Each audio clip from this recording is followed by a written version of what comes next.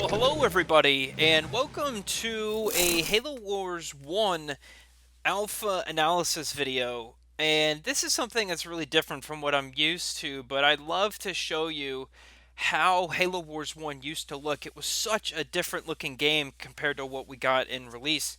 So I'm going to break through the E3 2007 demo. This is the first time we saw Halo Wars publicly. It was E3 2007. And just to show you how different the final release of this game was, and I kind of wish we ended up with this game. Don't get me wrong, I love Halo Wars 1, but this just looks really cool. Let's go ahead and get into it. You're going to have to forgive me. I have recorded this on my computer so I can pause it and talk to you. One thing you'll notice right away is the music didn't change between this 2007 video and the 2009 release, and the logo remained the same as well.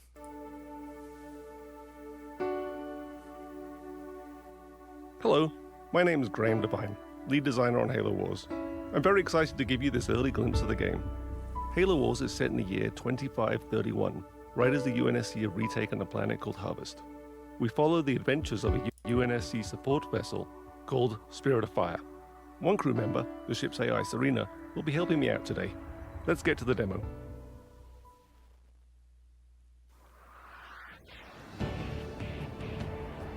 This is Halo Wars, built from the ground up for the Xbox 360. Now let me just stop you here, and this is just really cool, the way that the camera is going to follow these pelicans through this river here. You can also listen to the music, and it's still the same music that we got in the full release. And the music playing right now is, if you've played it a lot, you'll notice that it's the music that plays during battle. Halo Wars 1 has this really cool dynamic thing for music that is just really, really great, that when a battle starts, the music changes, and when the battle completes, the song ends as well, and it's playing this song right now. If you're through taking the scenic route, we need your help.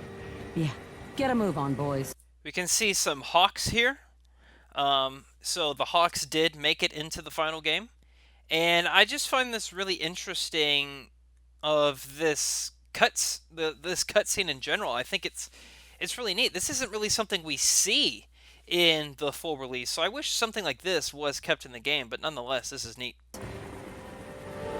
These are UNSC Hawks. They're one of the new vehicles we've added into the game.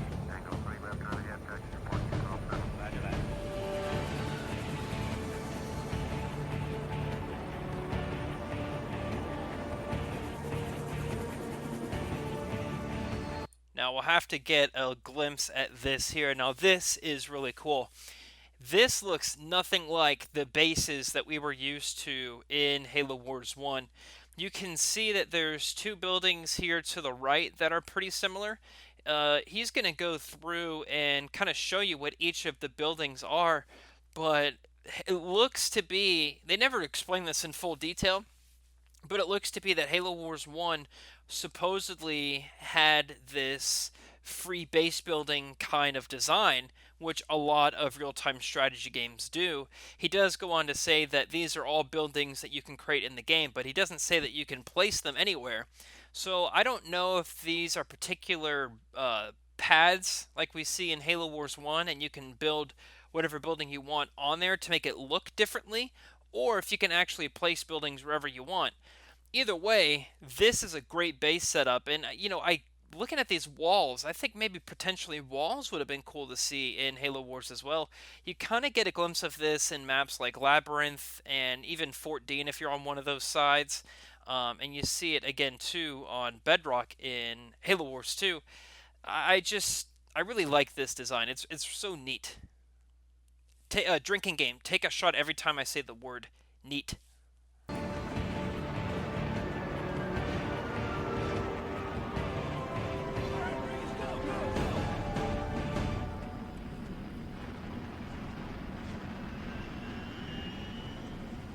The Covenant are on the move north of the base.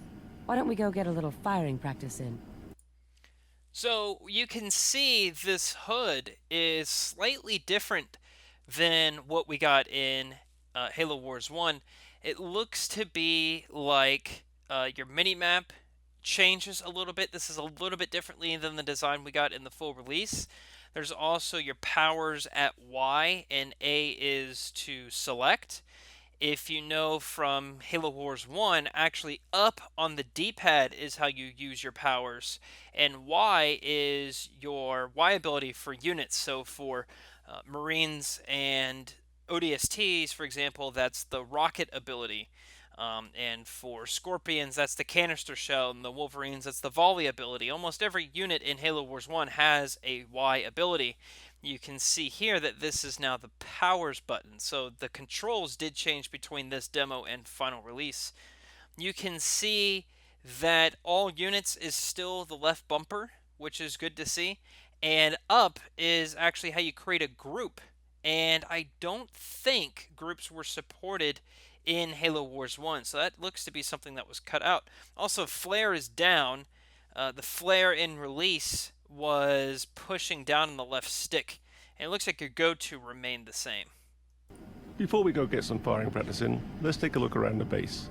This is a UNSC base, built by humans. Humans work here, humans live here. We really wanted to get that feel across.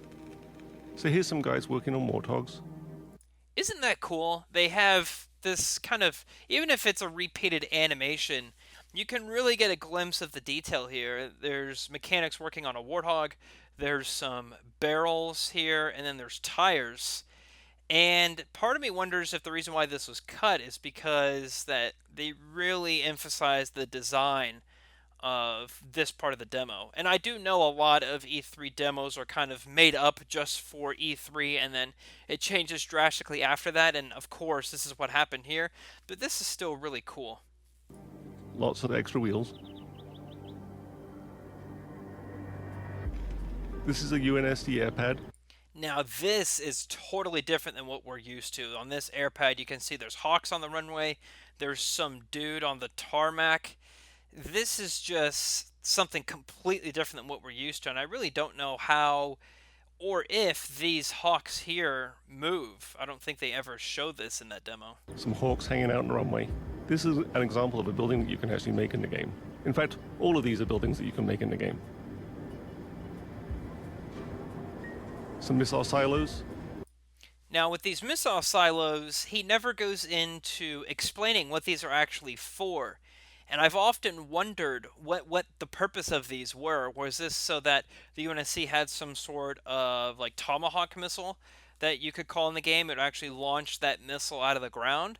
Or is this for like research purposes to upgrade either your base or your units or unit upgrades, that sort of thing? He never goes into detail what this is, but I think, I mean, this could potentially be the, you think of it this way, an equivalent of a UNSC mega turret. Wouldn't that be interesting? Two guys standing uncomfortably close to the...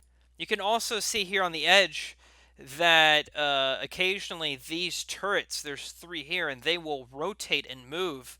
You kind of see this with the banished turrets in Halo Wars 2, as well as the spotlight tower that gives you increased line of sight, a watchtower in Halo Wars 2. That light kind of moves as well. You see this here. I often have wondered if this is kind of similar to like Lord of the Rings, Battlefield Middle-earth 2, the way you design the walls is a little interesting, and you can create points to make like archer towers in the game. And I wonder if this was stolen completely from that as a way to build turrets on the wall. edge. So back here is a really good example of the human flair we've added into the game. UNSC infantry doing push-ups. That is pretty cool, not gonna lie. Here we have supply depots, bringing down supplies from Spirit of Fire, which is orbiting overhead. So I suspect that you're going to see a dropship land supply crates here, and then the crane will take it and then put it underground. This is very similar to what we actually ended up with in Halo Wars 1 and Halo Wars 2. A command center, and vehicle depots where we keep all of our Warthogs and Scorpions. He never goes on to explain what this building is and what this landing pad is with this Pelican here. I wonder if potentially, if you call in a Pelican transport, if this Pelican will take off and pick up your units and move them somewhere. And maybe this is an armory for unit upgrades if the missile silos are not. Selection is a really important part of any real-time strategy game, and there's lots of really good ways to select units in Halo Wars. One of the easiest ways is to point at the squad and press A, Yes, sir. and then you can press X to move that squad around. Moving out. One of the easiest Now, let me ways is just to back up here. When he selects this infantry unit, notice there's this RB, dig in. Wonder what that means. What does dig in mean? Does that mean that they can like build a turret or a cover anywhere? I've often wondered about that one. point at the squad and press A, Yes, sir. and then you can press X to move that squad around. Moving out. Sir, on my way. Another way is to double press on the A button, Waiting orders. which selects all squads of the same type on the screen at once. Standing by. 10-4. Ready. A third way is to press and hold down the A Ready. button, which brings up a paintbrush, On my way. allowing me to paint the squads that I wish to use. Standing by. Standing by. Affirmative. Affirmative. So let's take these squads up and engage the Covenant. Yes, sir. On my way.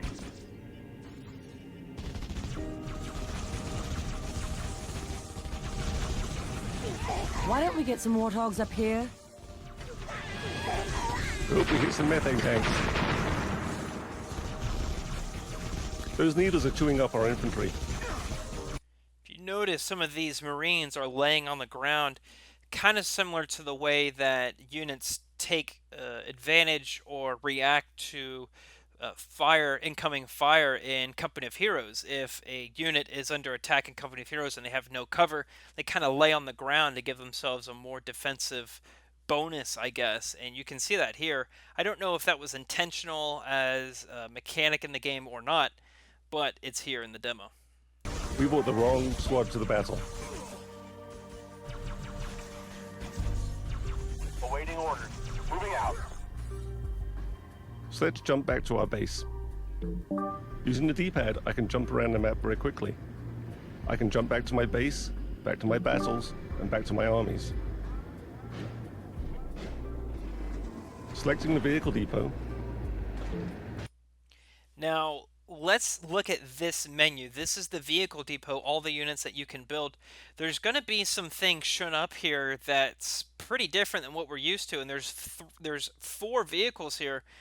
We only get 3 of them in multiplayer, even though we do actually get a chance to use all 4 of them in the campaign. This is the Rhino, and I wonder if the Rhino eventually became the Kodiak in Halo Wars 2, but we have the Warthog, the Wolverine, and the Scorpion. I bring up what we might consider to be the most important menu in the game, the circle menu. It takes up the whole screen. We use it from everything from building infantry to building vehicles, building buildings, and calling in leader powers. So he says here, building buildings is from this circle menu here. So I guess maybe potentially from your command center, you can select different buildings and then you can place them somewhere. I'm not really sure. He doesn't really go in much more detail about that, but the fact that he says that you use this menu to build buildings implies that you have to select a building to build more buildings, if that makes sense. So I think this command center in the background here is once you select that, you can choose different buildings to slap around on the map. I go around it using the analog joystick. So you can see that there's a population that each vehicle consumes, and then there's 2 resources here. It looks like supplies and power, and I couldn't believe this when I saw it. This is identical to the way that you purchase vehicles in Halo Wars 2. In Halo Wars 1, there's only one type of resource that you spend, and that's supplies. However, you do need power, which is like a static number, depending on how many reactors or what your tech level is as Covenant.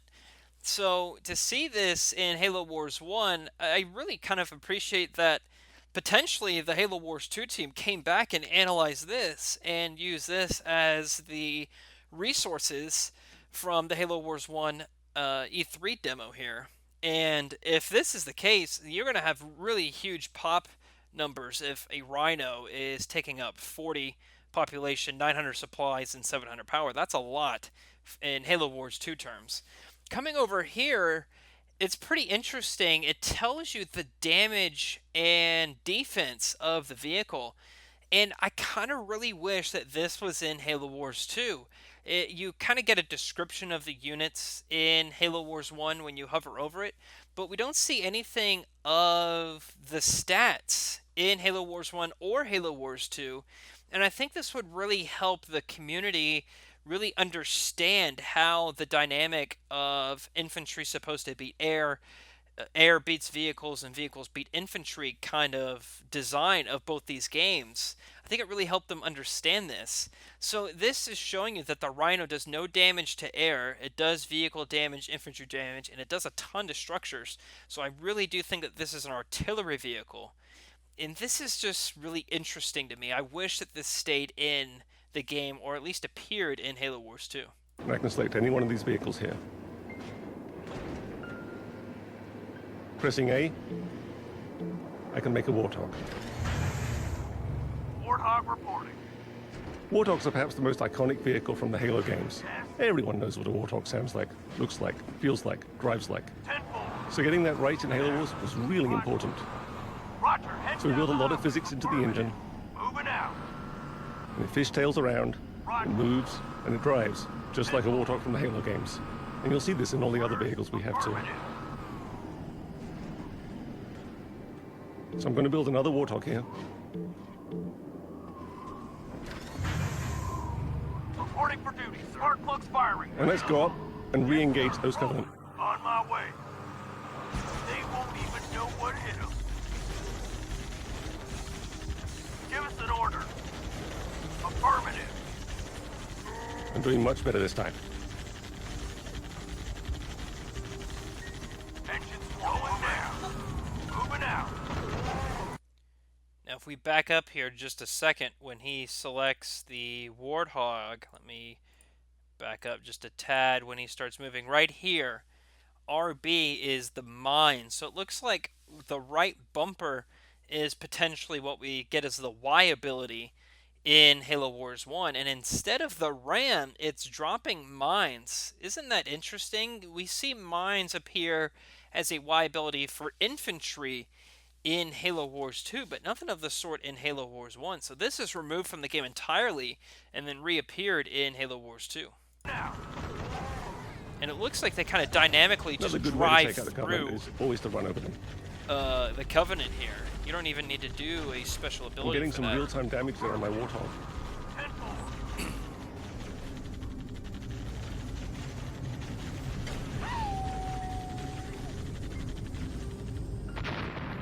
This is a really good time to look at the graphics we have in the game. The beautiful shadows and lights. So territory control is also really important in a real-time strategy game.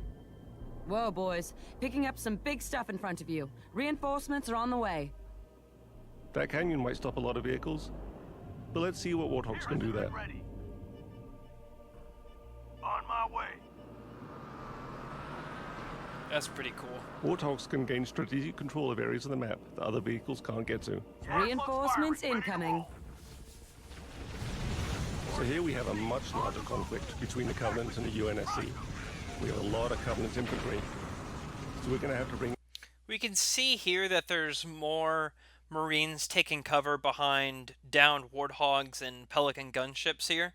And it really kind of reinforces the idea that dynamic cover, similar to Company of Heroes, was something that was originally in the first Halo Wars. ...in our Warthogs and start to get to work on that. Waiting orders. 10-4.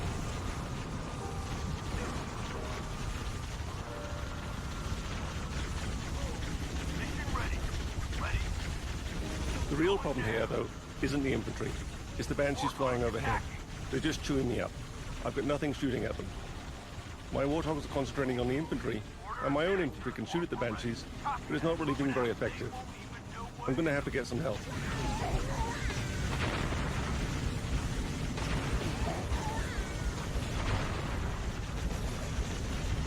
Wolverines at your disposal.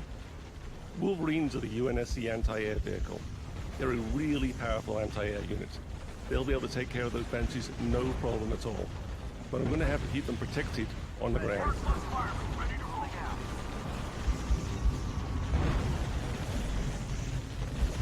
Boots on the ground. I'm going to bring in some more infantry to back me up. But it looks like the Covenant are bringing out some ghosts. Those plasma cannons are going to start to chew up my vehicles. Awaiting orders. Affirmative. On my way. Got some Scorpions inbound. Get them on those ghosts. So I'm going to bring in some heavy armor here. And let's see if we can turn the tide of this battle around. Ready for order. Get the fuel buggy moving. Forces for Scorpion on the move.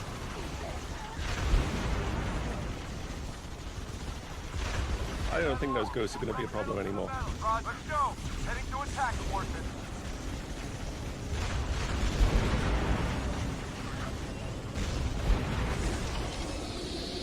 What the heck is that?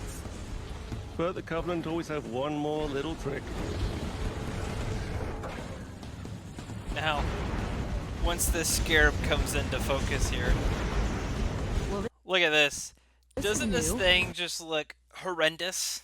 Like, it looks nothing like the Scarab that we see in Halo Wars 1, and I'm so glad that they changed this. This looks so bad.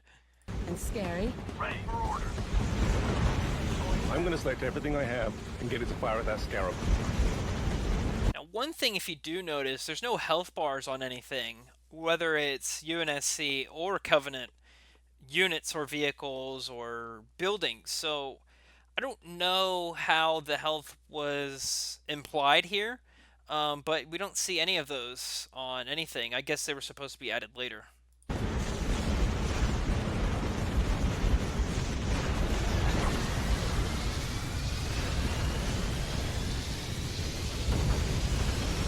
But the Scarab kind of has an anti-everything gun. Isn't it funny how Oh, it just anything that just touches that beam just dies and blows up? The Mac is online and primed. Payback time. I've got Spirit of Fire overhead though orbiting, and it has a mech. Let's aim it and see what it does. Now, this happens so quickly. Let me back up a second. The Mac is online and primed. Payback time. I've got Spirit of Fire overhead though orbiting, and it has a mech. So we see, for campaign testing only, orbital bombardment was what the name of the Mac was. It looks like this is the Pelican, this is the rally point, and potentially this is, I don't know what, maybe ODST, because it looks like there's drop pods here, but there's also this building thing, so I don't know what this really means. Nonetheless, this is very similar to what we got in release. Let's aim it and see what it does. Firing.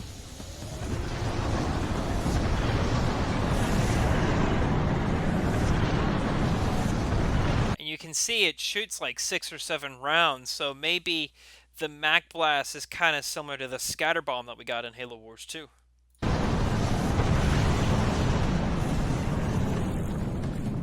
Enemy destroyed. I think that's a pretty good point to end this demo. Thanks for watching, guys. So that's the demo of Halo Wars 1 in 2007, about 2 years before we got the release of the first game. I hope you enjoyed this analysis video. Maybe I can go and do the Halo Wars 2 one after this. Let me know what you thought in the comments down below and what you saw that really piqued your interest of what was different than what we got in the full release. Thanks for watching. I'll see you next time.